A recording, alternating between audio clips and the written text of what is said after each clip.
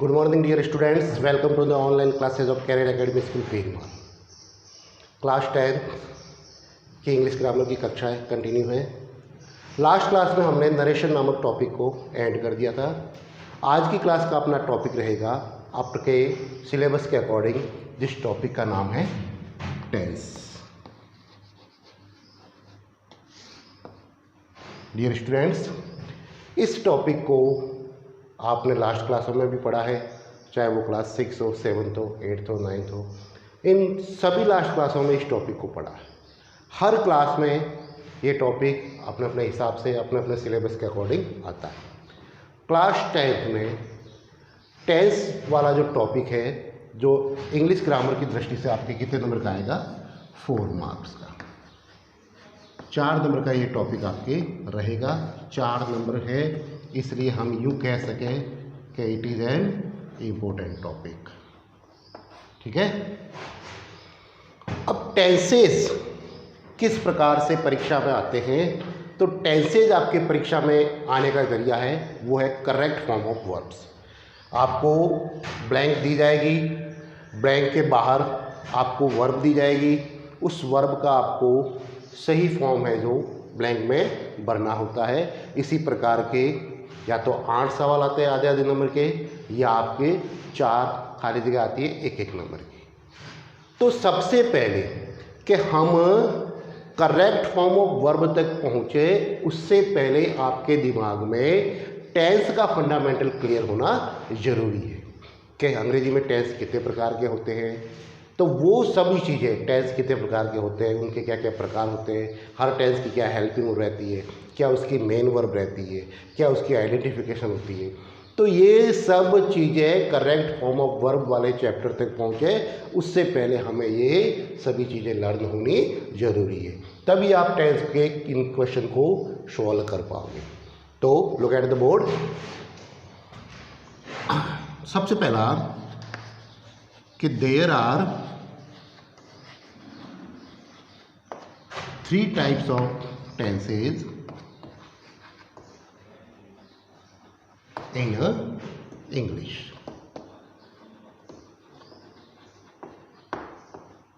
English में आपके 3 प्रकार के टेंस होते हैं। फर्स्ट होता है प्रेजेंट टेंस, सेकेंड आ जाएगा आपके पास्ट टेंस, एंड थर्ड आ जाएगा आपका फ्यूचर टेंस।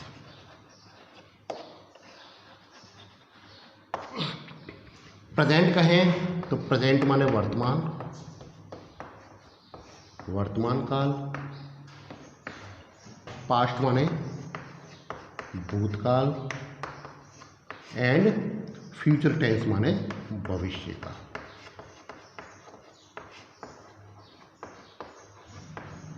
भविष्य काल। ठीक है। ये आपके 3 प्रकार के मेन टेंस होते हैं। प्रेजेंट माने वर्तमान, तो क्या ऐसा समय जो भी चल रहा है, इट इज़ प्रेजेंट।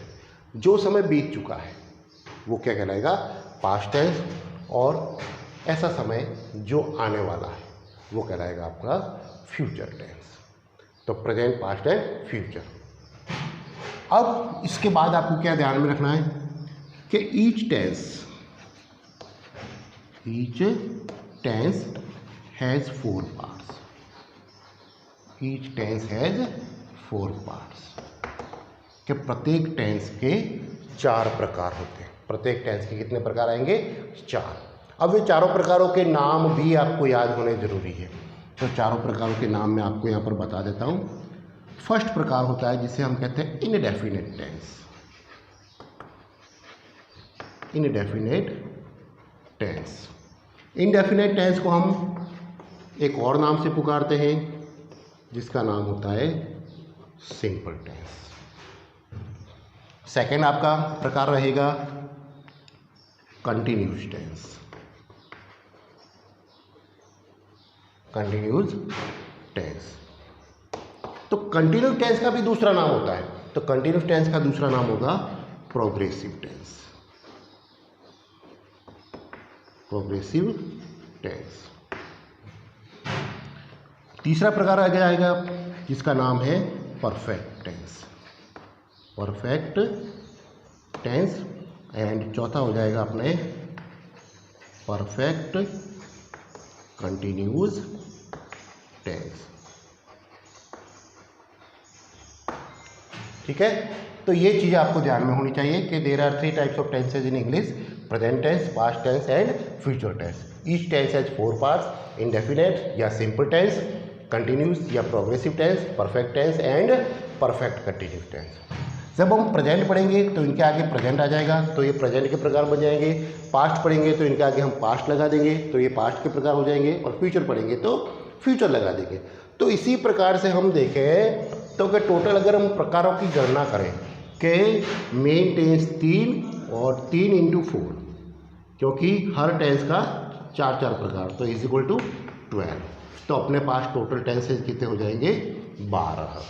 इन 12 टेंसों को हमें एक एक करके पढ़ना है। 12 टेंस में क्या क्या हेल्पिंग रहती है, किस प्रकार के इनके सेंटेंसों को बिल्डअप किया जाता है, क्या इनकी मेन वर्ब रहती है, किस प्रकार से इसका अफर्मेटिव बनता है, कैसे नेगेटिव बनता है, कैसे इसका इंट्रोगेटिव रहेगा, कैसे इसका इंट्रोगेटिव नेगेटिव सेंटेंस रहेगा। तो इन सभी चीज़ों को हमें पढ़ना आवश्यक है, क्योंकि किसी भी प्रकार का सेंटेंस अपने एग्जाम में पूछा जा सकता है। तो हर टेंस में जब हम यहाँ पर इसको रीड आउट करेंगे तो हर टेंस में हमें 4 प्रकार के सेंटेंस पढ़ने हैं। ये भी ध्यान रखना, हर टेंस में हमें कितने प्रकार के सेंटेंस पढ़ना है? 4 प्रकार के।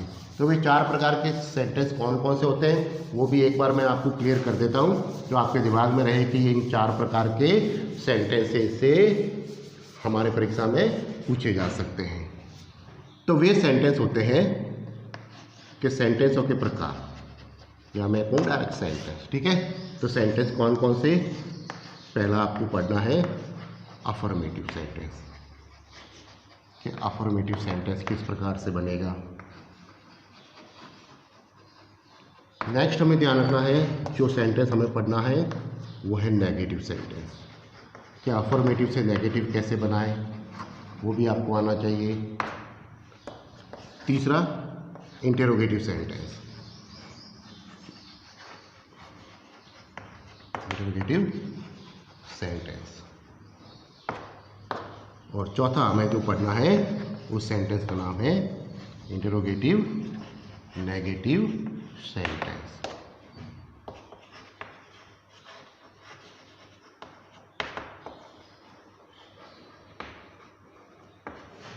तो टेंस के हर प्रकार में ये 4 प्रकार के सेंटेंसेस हमें बनाने आने चाहिए, कि अफर्मेटिव कैसे बनेगा, अफर्मेटिव का स्ट्रक्चर क्या रहेगा, नेगेटिव कैसे बनेगा, इंट्रोगेटिव कैसे बनेगा और इंट्रोगेटिव नेगेटिव कैसे बनेगा। जब हमें किसी भी प्रकार के हिंदी वाक्य को, चाहे वो किसी भी टेंस का हो, उसकी अगर हमें रचना करनी आ जाती है तो हमारे दिमाग में ये फिक्सअप हो जाता है कि हम टेंस का कोई भी सेंटेंस है जो बना सकते हैं। इसके बाद का जो विकल्प रहेगा अपने सिलेबस के अकॉर्डिंग वो हो जाता है करेक्ट फॉर्म ऑफ वर्ब वाला, कि वाक्य दिया हुआ है, केवल वर्ब वहाँ से गायब है। वर्ब में हेल्पिंग वर्ब भी हो सकती है और मेन वर्ब भी हो सकती है। वाक्य दिया हुआ है, वाक्य में उसकी मेन वर्ब नहीं लिखी हुई है, हेल्पिंग वर्ब नहीं लिखी हुई है। तो हम सेंटेंस को किस प्रकार से रिकॉग्नाइज करें, कैसे हम पता करें कि हमारे पास 12 टेंस है, उस 12 टेंसों में से एक टेंस का प्रयोग वहाँ पर होगा, तो उसके भी कुछ अलग से रूल्स होंगे जो हम नेक्स्ट क्लास में भी देखेंगे।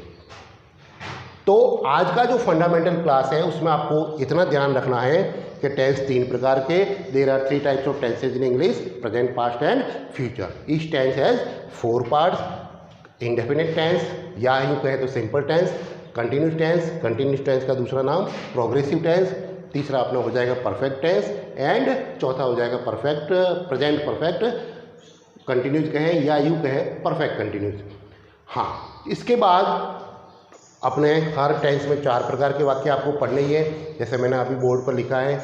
अफर्मेटिव सेंटेंस पढ़ना है, नेगेटिव पढ़ना है, इंट्रोगेटिव पढ़ना है और इंट्रोगेटिव नेगेटिव पढ़ना है। अब इतना हो जाने के बाद अब हमें ध्यान क्या रखना है, जैसे कि हम आज प्रेजेंट टेंस को शुरू करें। प्रेजेंट टेंस को शुरू करें तो प्रेजेंट टेंस के जो 4 प्रकार हैं उनको किस प्रकार से समझें। आज का अपना पहला टेंस हम लेंगे प्रेजेंट टेंस। अब प्रेजेंट टेंस में हमें 4 प्रकार पढ़ने हैं कि प्रेजेंट सिंपल टेंस,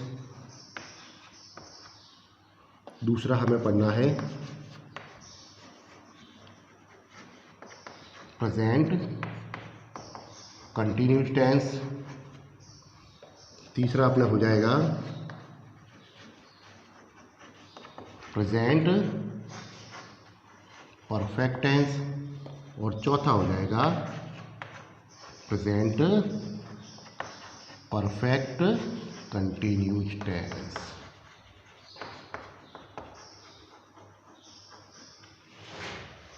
ये प्रेजेंट के 4 प्रकार बनेंगे। प्रकार सब में सेम रहेंगे। जिस टेंस को पढ़ रहे हैं उस टेंस का नाम उसके आगे लिखा जाएगा। तो आज का हमारा टॉपिक रहेगा प्रेजेंट सिंपल टेंस कि प्रेजेंट सिंपल टेंस को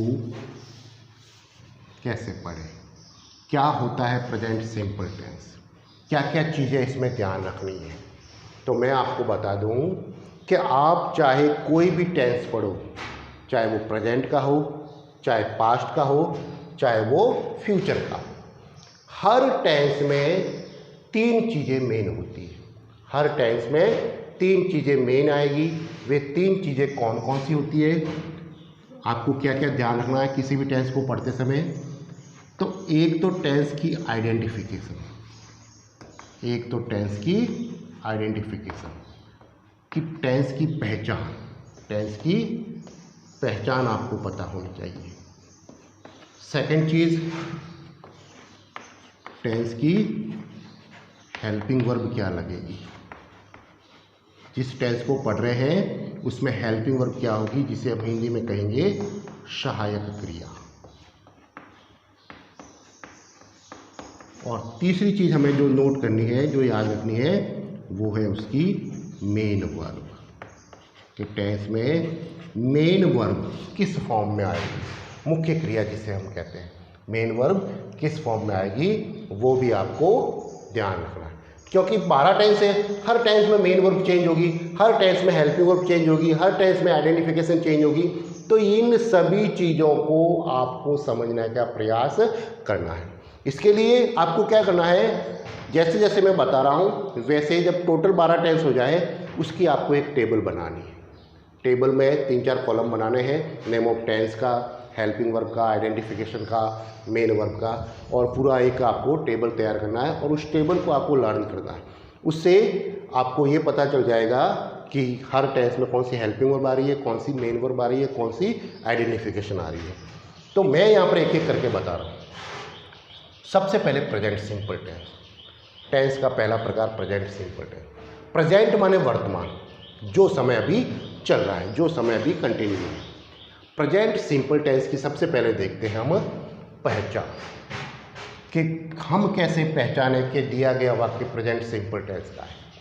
तो मैं बताऊं आपको सिंपल वे में कि यदि ऐसे हिंदी वाक्य जिसके अंत में क्या आवे, ता है, ऐसे हिंदी वाक्य जिसके अंत में लिखा हुआ है ता है, ती है,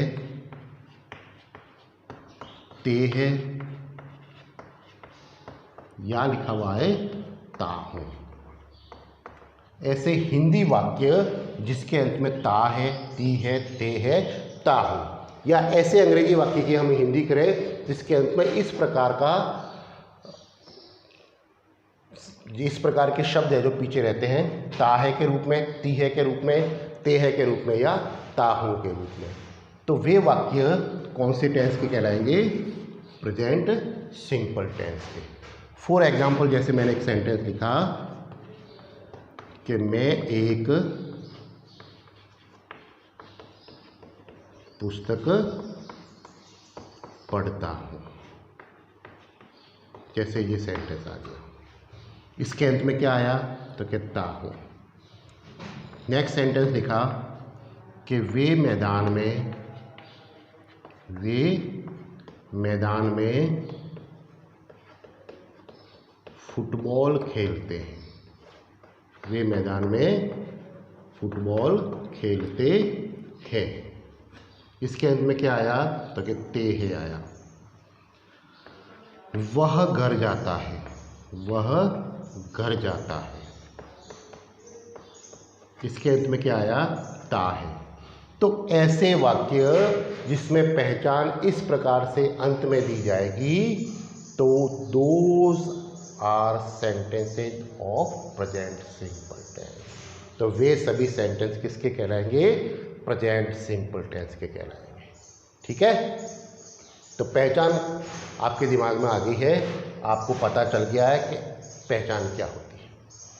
सेकंड चीज़, पहचान कंप्लीट हो जाने के बाद सेकंड चीज़ आएगी आपका हेल्पिंग वर्ब। और हेल्पिंग वर्ब को समझने की कोशिश करनी है, क्योंकि हर टेंस में हेल्पिंग वर्ब अलग अलग प्रकार से आती है। तो यहाँ पर अगर हम हेल्पिंग वर्ब देखें तो क्या आएगी? तो प्रेजेंट कंटिन्यूस टेंस के पहले 4 प्रकारों को देखें। हेल्पिंग वर्ब को अगर समझना है तो प्रेजेंट कंटिन्यूस में पढ़ने वाले जो प्रेजेंट सिंपल में जो पढ़ने वाले 4 प्रकार हैं उनको समझना जरूरी है। तो प्रेजेंट सिंपल में 4 प्रकार कौन कौन से हैं वाक्य के? पहला अफर्मेटिव। पहले इन 2 सेंटेंसों को समझो, एक तो अफर्मेटिव और दूसरा नेगेटिव। अफर्मेटिव एंड नेगेटिव, इन दोनों को समझने के बाद बाकी वाले 2 समझेंगे। अफर्मेटिव सेंटेंस, मैं अगर सिंपल वे में कहूँ कि प्रेजेंट सिंपल के अफर्मेटिव सेंटेंस में, प्रेजेंट सिंपल के अफर्मेटिव सेंटेंस में हेल्पिंग वर्ब का यूज नहीं होता है। प्रेजेंट सिंपल के अफर्मेटिव सेंटेंस में हेल्पिंग वर्ब का यूज नहीं होता है। तो प्रेजेंट सिंपल में हेल्पिंग वर्ब होती कौन सी, पहले तो ये देख लें। तो मैं आपको बता दूं, प्रेजेंट सिंपल के अंदर 2 हेल्पिंग वर्ब का यूज होता है, वो होती है डू और डज। ये दोनों हेल्पिंग वर्ब जब हम अफर्मेटिव सेंटेंस को बिल्डअप करेंगे, तो इन दोनों हेल्पिंग वर्ब का यूज अफर्मेटिव सेंटेंस में नहीं होता है। तो एक चीज़ और बताता हूँ कि जिस सेंटेंस में हेल्पिंग वर्ब नहीं होती है वो अपना इफेक्ट वर्ब पर डालती है, वो अपना इफेक्ट है जो वर्ब पर डालती है। तो जैसा मैंने यहाँ पर बताया कि सिंपल वाले सेंटेंस का जो अफर्मेटिव भाग होगा उसमें आपको हेल्पिंग वर्ब दी हुई नहीं होगी। तो क्या हेल्पिंग वर्ब दी हुई नहीं होगी तो वर्ब किस रूप में रहेगी, तो वो यहाँ पर समझो अफर्मेटिव सेंटेंस के लिए कि जब सेंटेंस का सब्जेक्ट माने कर्ता अगर सिंगुलर है, सिंगुलर माने एक वचन है, तो आपको क्या करना है, वर्ब की फर्स्ट फॉर्म के साथ SEIES जोड़ना। क्या जोड़ना है? SEIES जोड़ के उस वर्ब को लिखना है सेंटेंस के अंदर। और अगर सब्जेक्ट प्लूरल है तो ओनली आपको कौन सी फॉर्म लगानी है, वर्ब की फर्स्ट फॉर्म लगानी है। ठीक है, कि जब सब्जेक्ट सिंगुलर होगा तो फर्स्ट फॉर्म के साथ SEIES जोड़ोगे वर्ब के, और जब सब्जेक्ट प्लूरल होगा तो ओनली केवल आपको फर्स्ट फॉर्म ही लिखनी है। लेकिन ये चीज़ केवल किस सेंटेंस के लिए काम आएगी, ये चीज़ केवल प्रेजेंट सिंपल के अफर्मेटिव सेंटेंस के लिए काम आएगी। तो क्वेश्चन अपने दिमाग में ये भी आएगा तो कि नेगेटिव में क्या करें, तो कि नेगेटिव में इस हेल्पिंग वर्ब का यूज होगा, इन दोनों हेल्पिंग वर्ब का।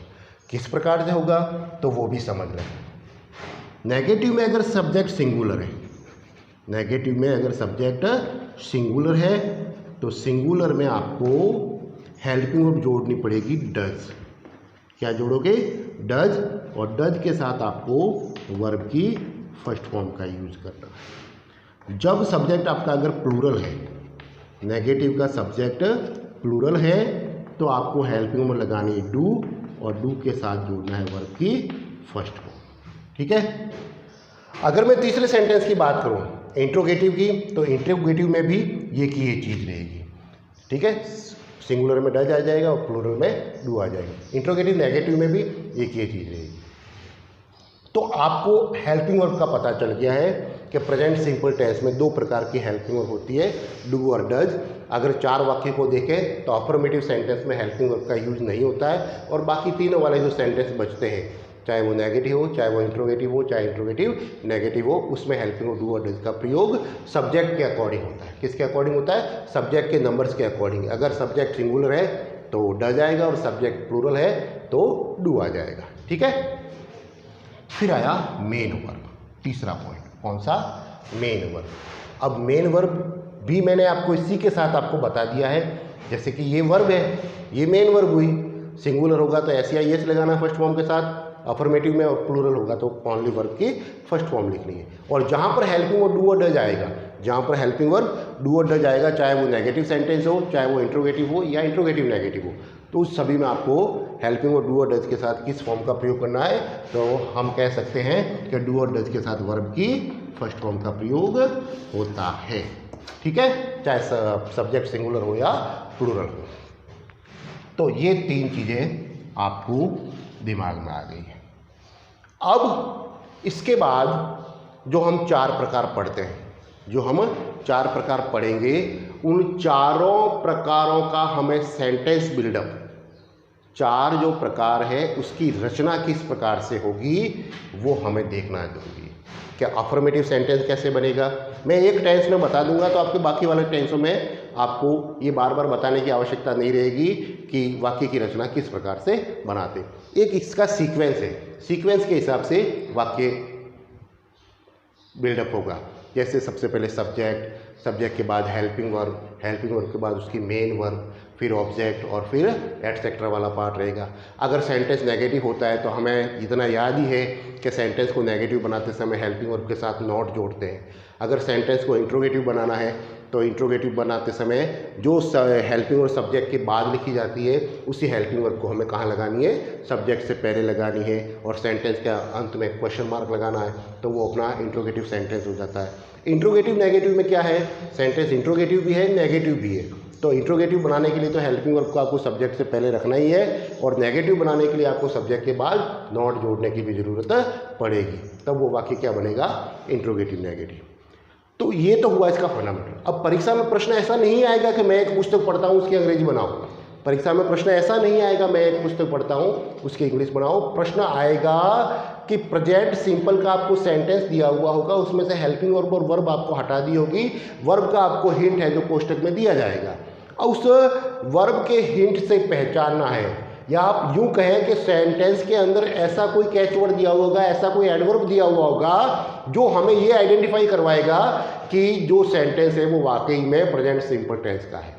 तो वो किस प्रकार से होगा वो रहेगा अपनी नेक्स्ट क्लास का टॉपिक। तो कल की क्लास में हम देखेंगे प्रेजेंट सिंपल और प्रेजेंट कंटिन्यूस और प्रेजेंट परफेक्ट, इन 3 टेंसों को ये किस प्रकार से इनकी हेल्पिंग वर्ब, इनकी मेन वर्ब होती है, और किस प्रकार से ये अपने सेंटेंस के, अपने सिलेबस के अकॉर्डिंग ये करेक्ट फॉर्म ऑफ वर्ब में भरे जाते हैं। ठीक है, वो रहेगा अपनी नेक्स्ट क्लास का टॉपिक। अभी तक जिन बच्चों ने चैनल को सब्सक्राइब नहीं किया है वो चैनल को सब्सक्राइब करें, लेटेस्ट वीडियो नोटिफिकेशन को प्राप्त करने के लिए वीडियो को लाइक करें और वीडियो को ज़्यादा से ज़्यादा शेयर करें। Thank you.